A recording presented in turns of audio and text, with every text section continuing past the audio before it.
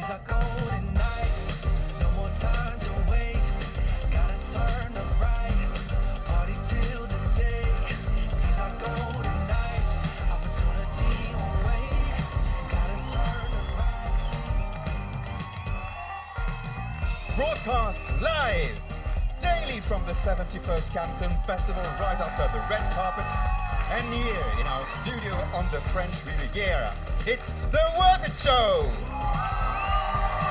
And now from the Hotel Martinez Beach is your host, Jeannie Godula.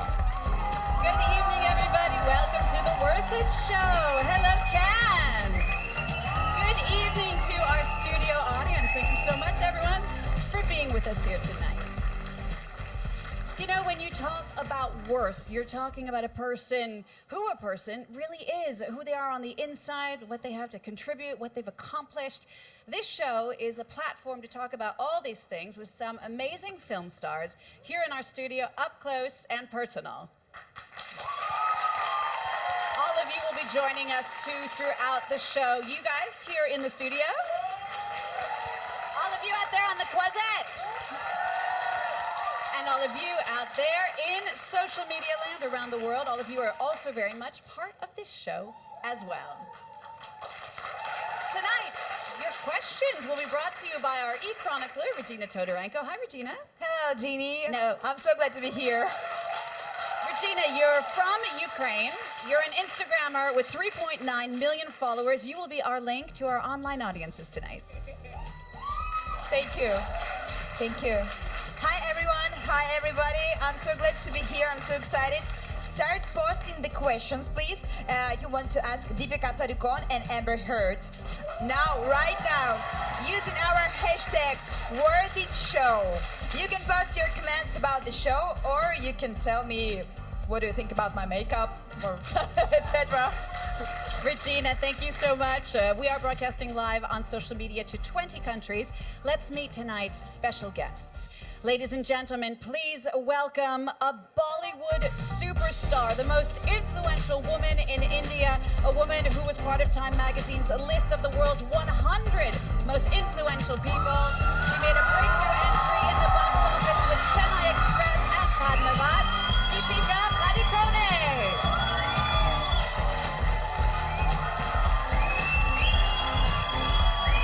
Hello, Deepika. Bonsoir. Lovely to meet you. Also with us tonight, the star of The Danish Girl and Magic Mike XXL. She played Mira in Justice League, a role she'll take on again in the upcoming blockbuster Aquaman, Amber Heard.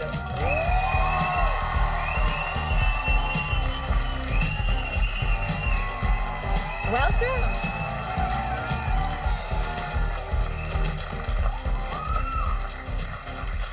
Deepika, Amber, welcome. So great to have both of you on the show. We'll be talking a lot with you throughout the next 35 minutes or so. Let's just take a quick look at what else is coming up in today's show.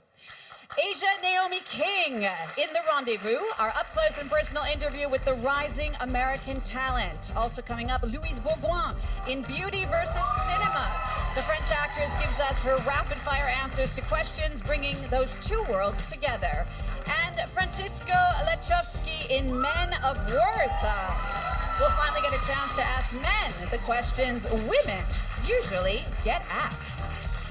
And by the end of tonight's show, Deepika and Amber will step up to our challenge. We will tell you a bit more about that a bit later in the show, so stay tuned for that. For now, let's focus on Cannes. We're here at the Cannes Film Festival. Deepika, do you remember the very first time you went up those famous red steps of Cannes? You were dressed in a traditional Indian sari.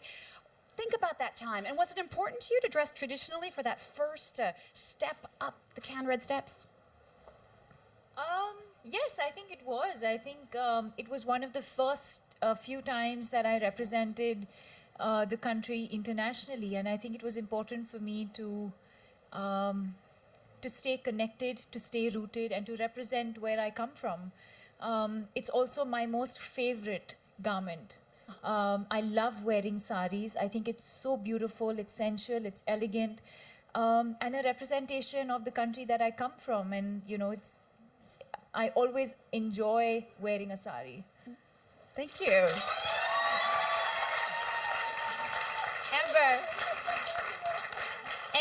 first time was at the Cannes Film Festival a few years ago. If you had to describe Cannes to someone who had never been here before, how would you describe it? Well, I'd say it's a best of both worlds, meaning it's the best of French culture, which is indulgent and unapologetic, and Hollywood glamour, which is just what it is, glamour. So I think it's a perfect mix of both.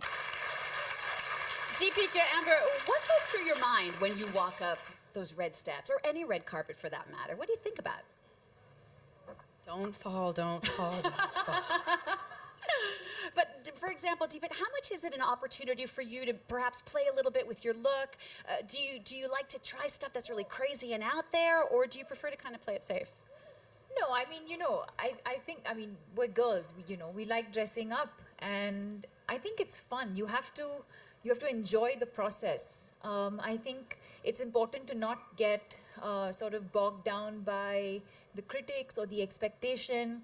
I think it's important to just have fun with it, because I think that's what translates eventually. The clothes, the energy, everything, all of it comes together, but it needs to come through in your energy. And I think you need to have fun. At least that's what I focus on whenever I'm, expected to walk the carpet, to just radiate joy and happiness. Amber, I saw you wore a fantastic headdress at the Met Gala a while back. Are you going to do something crazy like that in Cannes this year? I was going to say, I never play it safe, just about any department of my life.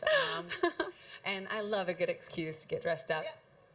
Fantastic. We're looking forward to seeing more of that on the red carpet at Cannes. We're actually going to take a moment now to meet a woman who helps you guys get ready, helped you get ready tonight. That's Val Garland, our makeup artist to the stars. She's joining us every night on the show for a red carpet makeover. Hi, Val. Hi, Jeannie. Hi, everybody. I'm so excited to share with you tonight a look that I did this afternoon on Amber. I call it Paris Palais. I'm going to be doing it on the beautiful Miriam. And what I want to show you is how you can see a fabulous red carpet moment and how you can take it home and you can do it yourself. So watch this space. All right, we certainly will. Val, thank you so much again for sharing your expertise with us here every night on the show. Amber, let's focus a bit more on your career now. Let's talk about your new project. You're starring alongside Charlie Plummer in the indie drama Gully. If this is describing it correctly, you can tell me it's sort of a dystopian version of life in LA, been compared a bit to Clockwork Orange. What was it about this project that made you say that's the one I want to do? Well, as you mentioned, it's kind of a psychedelic dystopian film. It's gritty. It's an indie film. It's we all got our hands dirty, and after doing things like superhero movies, you really. The real gift you're awarded is you get a space of time in which you can really just push your limits, challenge yourself with new characters. And with Gully, I got to work with a visionary filmmaker and his feature debut, Nabil Elderkin, and I am so proud of him. I believe in him so much, and he just is an artist and a visionary, and I got to play a real character. And I've been doing these I'm in Her Smell, which I'm filming right now in New York. They're just gritty films where you get to really push a character, and I play a smaller supporting role in them. So I'm in and out, and I get to do what I really love. Nice. And it's a lot of fun. Yeah, and such a great contrast to your role as Mera, of course, Mera in Justice League, also in the upcoming Aquaman. What was it about playing that kind of superhero that spoke to you? Well, I'll be fair. They told me, you get a crown and a sword. You said, you got me. I was like, whoever pitched me did their research. So I had a lot of fun. I am really lucky because I joined up with the studio and with a visionary filmmaker, and we decided, James Wan, and we decided to push the limits and not follow the status quo of what women are typically portrayed as in these sorts of films. Yeah. They were kind of the first in responding to the groundswell of support and energy from women, who make up well over half the ticket purchasing power, who are finally saying enough is enough of these two-dimensional female roles where we don't get to be strong-willed or impassioned or driven or, our own individual persons. We just actually want to see accurate representations of the nuance of the female experience. And in this case, I got to play a powerful woman who's her own superhero. She's no damsel in distress. Hooray. And I was like, sword and a crown. Okay. Is there somebody in life? Is there somebody in life that you would describe as a real life superhero? If you had to name one person who's really impressed you, who would that be? Well, I mean, off the top of my head, I'd say my mom, because she just didn't kill me. with a daughter like me, I'm sure she was tempted a few times. Yeah, what a woman my mom is. But there are real life superheroes like Ayan Hirsi Ali, or there are so many women that are actually on the ground that are not my mother, who fight without any recognition tirelessly for the rights of those who can't for themselves. Which is something that you've actually taken upon yourself. You do a lot of work with a lot of charities. You were recently in Jordan meeting with Syrian refugees. Why is that important to you? Is that something you did learn from people like your mother that you just want to pay forward? Well, I did get my heart from my mama, that's for sure. But, I just got back from this trip that I took with SAMS, the Syrian American Medical Society, that provides free medical aid to Syrian refugees and all displaced persons that are affected by the Syrian crisis. But whether it's that or on the border, translating for Amnesty International, or whether I am in the children's hospitals, I find myself consistently fighting on behalf of our world, our world's most vulnerable people, which happen to be women and children. And I don't mean to, but I consistently find myself driven in that direction. Yeah. And Deepika, that's something that's also been very important to you, your work to help other people in distress as well.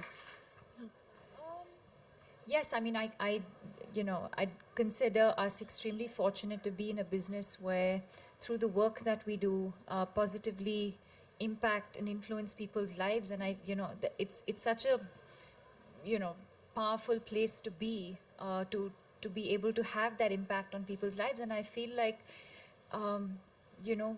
why waste that opportunity? And again, I feel extremely blessed that I have the ability to do that even outside of the films, outside of movies. And I think, like she pointed out, I feel like there are people fighting their own battles every single day, most of which we don't even read or hear about. And I think these are the everyday people who inspire me. Yeah. I think in the same way that in some small way, I guess we inspire them through the work that we do. So it's sort of a give and take, between human interaction and what we give and what we take. And I think right now, we're just going through a phase where we're all sort of leaning on each other, but also supporting and helping each other. Yeah. They're pretty, I'd say, interesting times that we're going through. And I think it's important to be positive at this point and to be hopeful through these times. Amber, I was doing some research, obviously, preparing for this interview, and it seems like you've always had this real go-getter spirit, even since you were a little kid growing up in Texas. I read that when you were doing beauty pageants, you actually went door to door to try to raise money to make things happen. What's it been like for you coming from that kind of Texas conservative background to becoming who you are today? Well, it's a jump, I'd give you that. But, people always ask me when they find out this dirty little secret of mine. What, that you're from Texas? Now everyone knows about pageants. Oh. People always ask me, they're like, oh, were your parents, your mom pushed you into that, or your parents put you in that? And I always laugh because that's the image that people have. But the truth, I wish I could say that. the truth is much darker. Pageants are actually very expensive. And I don't come from a place where we just had this extra money. So I I wasn't gonna let that stop me, and I shamelessly signed myself up for pageants. And then when I didn't have the money to join, every year I'd go around to local businesses and ask them to sponsor me. And so on like the booklet pages, you know, everyone's family buys like a support page, and they take a family photo and they say, "Yeah, go Sarah," from Mom, Dad, and Timmy. And mine was a collection of logos from local businesses. At least it worked. At least it worked. Amber, thanks. I had any excuse to have big hair and wear high heels and lipstick as a kid. I could not wait. Aw. All right, well, we're going to keep talking with both of you in just a minute's time. We're just going to take a moment now to give the floor to what we call men of worth. Tonight, we're going to take a look at a Brazilian supermodel, Francisco Lechusky. It's his turn to answer the questions that women usually get asked.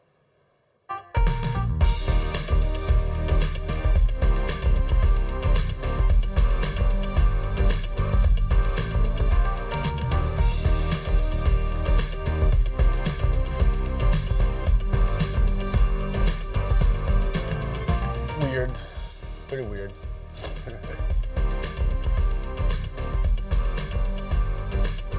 Women make a lot more money than men's in my career, so I wish I was a woman. Sometimes it can be a little bit weird, but no. If the guy's professional, you know, why not? Yes. A lot.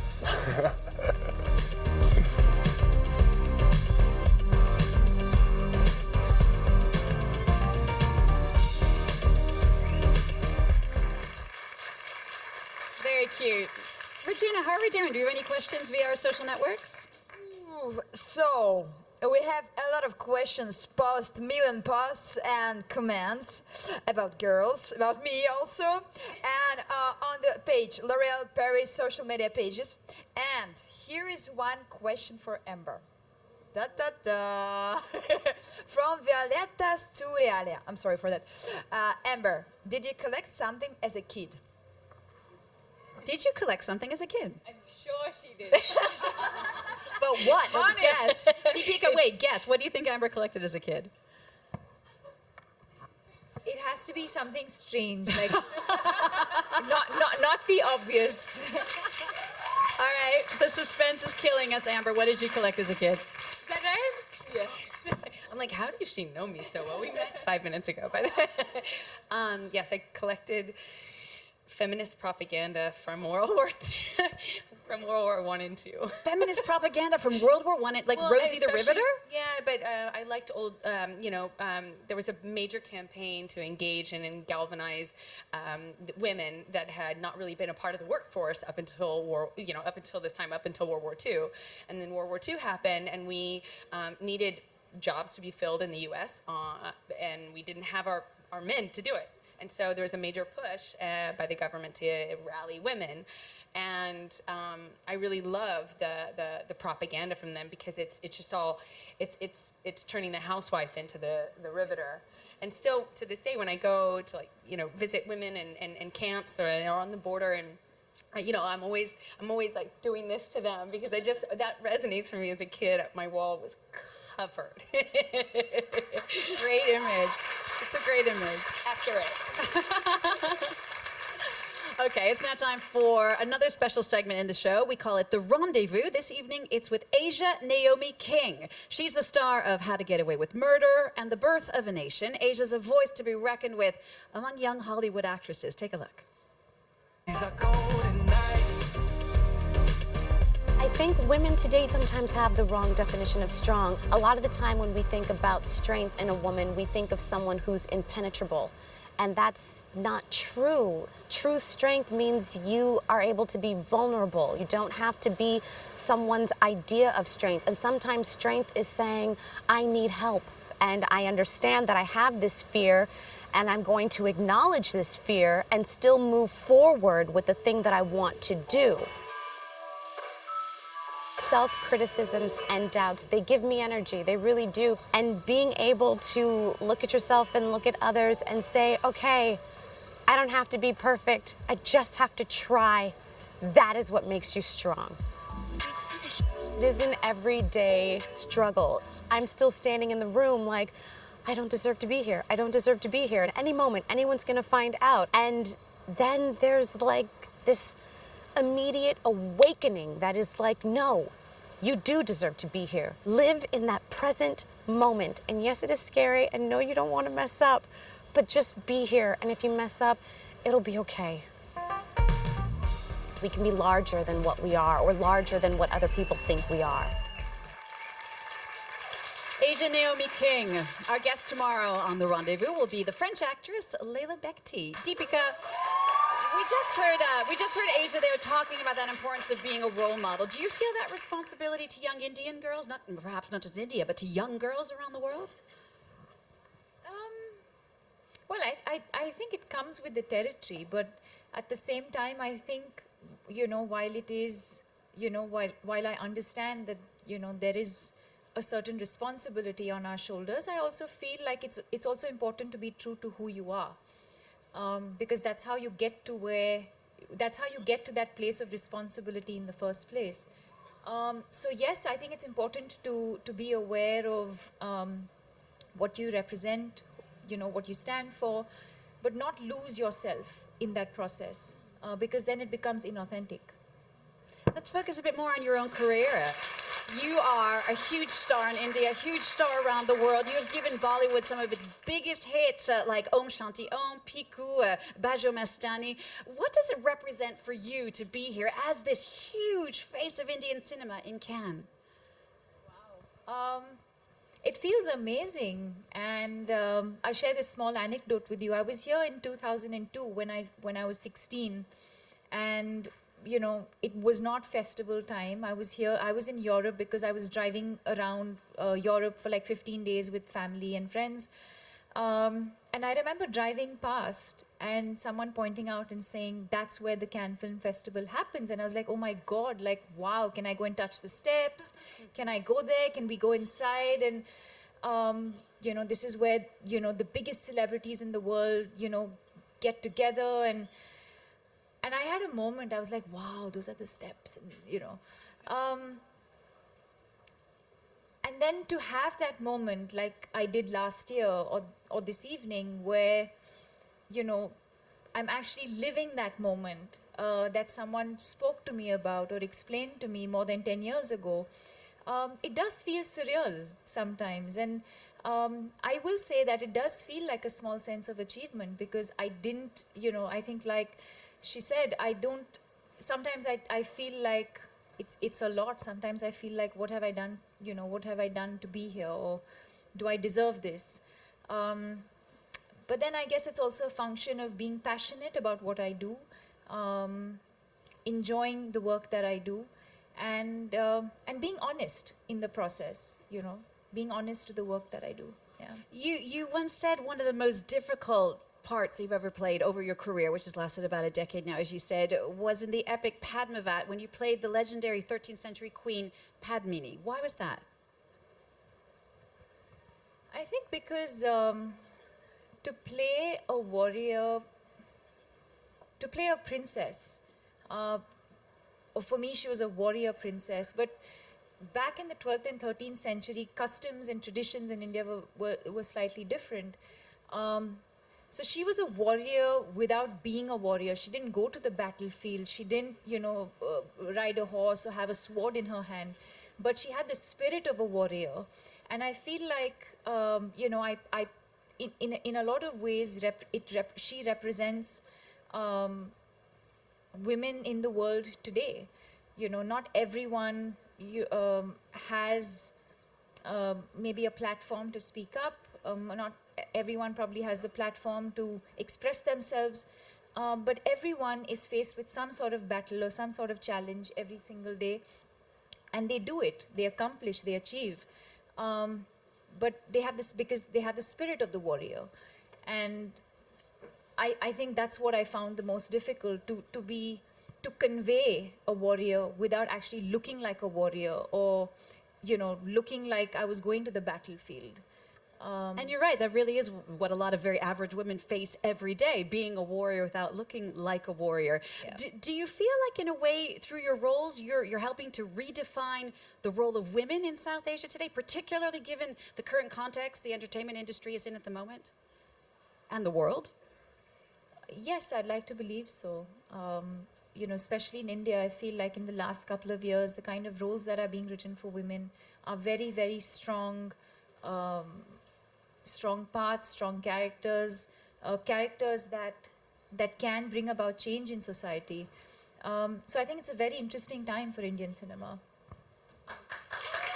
You also have made a Hollywood movie. You were in Triple X with Vin Diesel, Return of Xander Cage. What went through your mind the very first day you were on that Hollywood set? It's the same. Really? Yeah, it's Didn't really- feel like different? Like I've made some leap? You look badass, Amber said. Now that's in a sense a warrior, right? Because you have a gun in your hand, you're going to look badass, but not with the other character that I played. But it was fun, it was fun. It was exciting. It was creatively very, very exciting for me to know that this film was going to reach a much larger audience. And again, in a lot of ways, I felt like Serena Unger, the character that I played in Triple X, was not the conventional, stereotypical, like she said, Badass. two-dimensional character. There was soul and there was depth and there was intent, and so obviously it was the part, it was all of that, but also the creative experience of moving out of my comfort zone, working with people I'd never met before, and working in a completely new environment, and also working in a different language. English is my first language, but Hindi is our national language, which is, I make my movies in Hindi. But to perform in English was a different experience for me. So I looked at it as a challenge, but also very, very fun and exciting.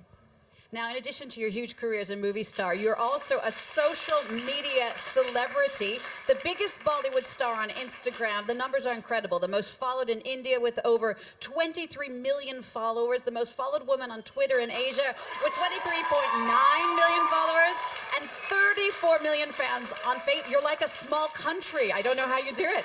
How important is it for you to interact with your fans, give them a glimpse into your own family life, because you do put your parents out there?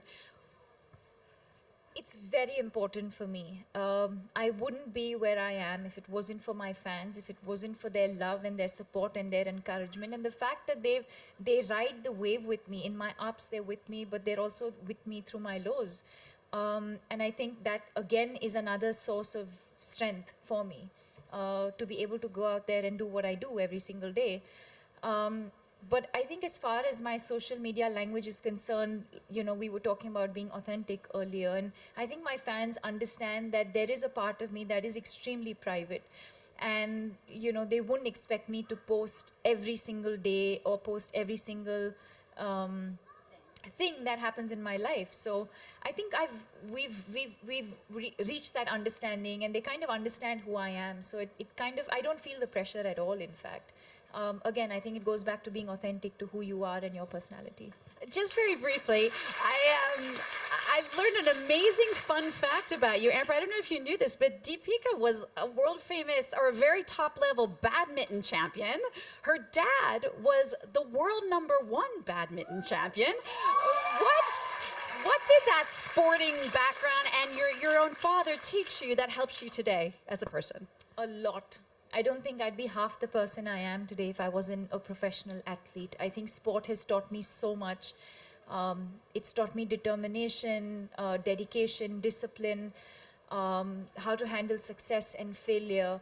And I'd encourage every single child to play sport, because it makes you a different person. Absolutely. Thank you so much, Deepika. Thank you. Amber, did you play sports as a kid? No. You're just like me, a girl after my own heart. I told you I signed up for beauty pageants. The one thing I do know about you making a really big transition is that Val Garland did your makeup tonight. He did. She certainly did. Val Garland did make your makeup, a look that she's recreating right now. We're going to take a glimpse in the beauty salon. So she told us that is called Petit Palais. We're going to get a closer look at that a little bit further in the show. But it also talks to us a bit about this link between beauty and cinema that we're talking about throughout the week here in this show. Tonight, we're going to look at our segment Beauty versus Cinema with a French actress. That's Louise Bourgoin. She was the star of The Girl from Monaco. We're going to check that out now. And don't forget, you can post your own answers, too, to these questions as it goes along.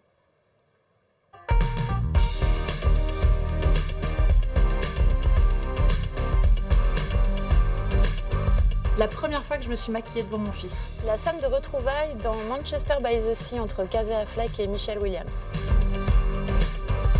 Quand on avait 10 ans, on s'amusait à se maquiller avec ma meilleure amie et un jour, elle s'est enfoncée un bâton de mascara dans l'œil. C'est une scène du chien andalou de Buñuel avec une lame de rasoir qui transperce un œil.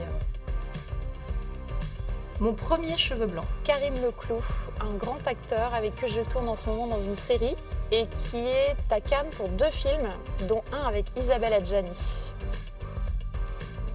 Alors oui, je collectionne les vernis à ongles notamment et j'ai toutes les couleurs. J'ai trouvé un petit site internet qui vend des répliques des robes de Marilyn Monroe et donc ça m'amuse quand je regarde un film de Marilyn de porter la robe qui va avec le film.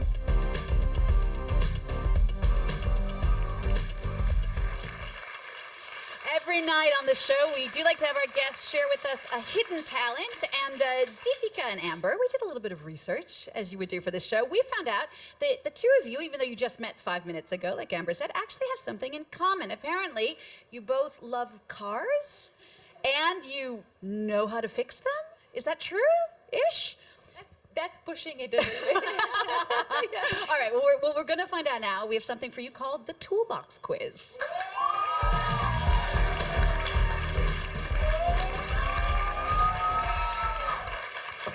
The lovely Lisa is bringing you each a beautiful toolbox. Inside this toolbox, as you would imagine, are a series of tools. I'm going to give you the name of a tool. It's such a great word, tool, isn't it? And the first one of you who can find it within 5 seconds... Wait, first of all, open it. Let's figure out how to... You okay? There you go. Yeah, open, Amber. It's the strangest makeup box I've ever There you go. All right, ready? So I'm going to say the name of a tool. You will have 5 seconds to try and find it. Just guess. Okay, ready? 1, 2, 3. Monkey wrench. No. Amber. No. Yeah, yes. That one. Woo! And a fun fact I learned today, you know, monkey wrench isn't because it has anything to do with the no. Oh, yeah, the one with the little. No, yeah, she's got it. Yeah, there you go, monkey wrench. The one that's kind of close enough. It's the one with the little screwy thing. The monkey wrench is named after, oh, I don't know. Sure, let's say it was that one, monkey wrench. Okay.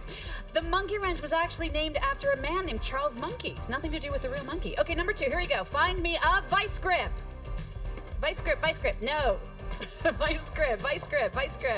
No. Yes, Amber, whee! Well done. Any idea what that's used for? Microphone.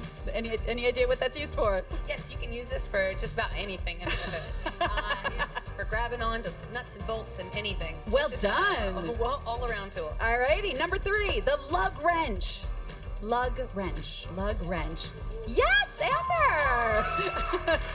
Well done. I was gonna say, I've never been so happy to find a lug wrench. Deepika, do you know what you use a lug wrench for? Undo like the big bolts and like to loosen them, tighten them for the wheels, right? Yeah. I'm so impressed. That's exactly it. All right, the very last one. What is, or find me a spark plug? Spark plug. Yeah. Oh, easy. Well done. Deepika, tell me, what's your passion for cars? Why are you so passionate about cars? Do you have a lot of cars? I don't actually. No, well, I mean, I grew up in a city called by the way, I was born in Copenhagen. Oh, you were? Yes. So I grew up in a city called Bangalore, which is down south in India. And then when I started working in movies, I moved to Mumbai. And when I moved to Mumbai for many, many years, I would just like use public transport. And I told myself that the day I make enough money, the first thing I would do was to buy myself a car to get, from place to place easily with my luggage and stuff like that. But then, that's it. So I think I have very fond memories of that first car of mine. And I think also being a young independent woman, when you run a home, you own a car, it comes with a certain sense of responsibility. So not just owning it, but also knowing how to maintain it. So it's fun. I wouldn't say I know everything about cars the way I think most other people do, but it's fun. Amber, do you remember your very first car? Yes, my first car, I'm from Texas, as you know. So my first car was an old Chevy, a beat up old Chevy pickup truck. But there was, my dad taught me enough about cars to where if I ever, broke down on the side of the road, I would not need to be rescued or I wouldn't need to be stranded. So he taught me enough to just be able to get myself up and running. That is my baby right there. My neighbors, when I was growing up, had a red 67 Mustang. That is 68, obviously. But I loved this car, and I just went, like, in my brain, in my dream world, I had this red Mustang. And as soon as I went to LA, I was using public transport as well, and carting myself around on the bus, changing in the back of the bus for auditions, from audition to audition. And I told myself I saved up every dime at the time and used all of my money to buy myself an old beat up muscle car, and I had to kind of restore it bit by bit. Every time I would get a paycheck, I'd go, how much am I going to want to eat this month, or am I going to fix the fan belt? And, now 16 years later, she's still my baby. She looks a little different now, but she's still my baby. That's great. Well, you guys were such great sports. Thank you so much for playing our Toolbox Quiz Challenge. We have a prize for you. You each get a lovely golden wrench. It is canned. We have to give prizes. So there you go. The next time you have car trouble, Deepika says, I'd like to thank the Academy. The next time you have car trouble, you can use that, and you can think of us. Thank you so much, you guys. We're going to go back to the beauty salon now. We're going to go check back in with Val Garland. Val, tell us what you've done. Okay, so Amber's makeup on Miriam I can describe in 3 easy steps. Step 1 is in the lineup on the eyes. Step 2 is lash elastic, unlimited lash elastic, also on the eyes. Step 3 is right on rouge, this fantabulous matte-tastic lipstick. And doesn't she look gorgeous? Val, thank you. She's amazing, really. She is. It looks very easy, Val. I feel like I can do it. Well, at I home. could do it for you. I could do it Really? on you. Yeah, let's do it after the show. Thank you very much. So, don't hesitate to ask Val about your makeup questions. And here is one for you, Val, from Dan Desire. Should we pick the color of our eyeshadow according to the color of our eyes? Well, I think there are no rules in makeup. I think you're your own editor. It's up to you to be the woman that you want to be today. I mean, makeup is a tool that you use to empower yourself. So, have fun, play with it. Be a mixologist, why not? If it doesn't work out, you can always wash it off. Val, thank you so much for that. All right, Miriam, Val, could you please now come join us on the set? Miriam, come sit next to Amber. We're going to see how those looks look. Recreating Amber Heard's red carpet look tonight at the film festival here in Cannes. Thank you, Miriam. And huge thanks to all of you L'Orealistas for your many questions this evening. Keep posting your comments with the hashtag #WorthItShow. Remember, #WorthItShow. And your questions for our guests and for Val Garland. To put it simply, express yourselves. Regina, thank you so much. Thank you so much for coming in. We'll be staying on top of what you're up to on social media. Val Garland, thank you again so much for all of your advice, your inspiration. Thank you as well to you, Miriam, for coming in for your red carpet look. Amber Heard, wonderful to have you on the show. Deepika as well, thank you so much for coming in to be with us. That wraps it up for this show. You can watch the whole show anytime on YouTube. We will see you tomorrow. Same time, same place for another Worth It show. Bye.